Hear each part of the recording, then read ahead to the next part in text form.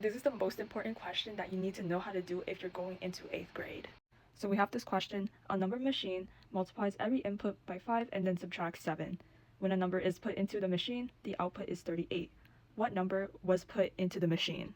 Okay, so based off of the question, we know that the machine takes a number, it multiplies it by 5, and then subtracts 7 to get the answer.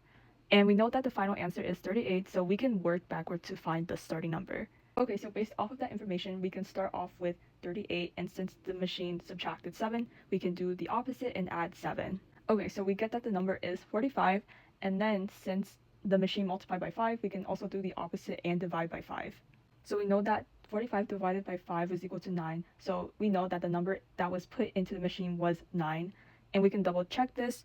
So when we set 9 as the input, we first start by multiplying 9 by 5, the input number by 5, and that equals to 45, and then we can subtract 7 from that number, so we have 45 minus 7, which is equal to 38, which is the output stated in the problem.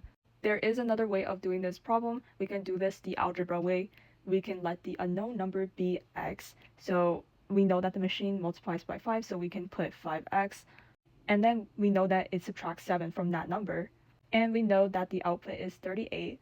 So therefore, we set up this equation: 5x minus 7 is equal to 38. Now we can solve for x.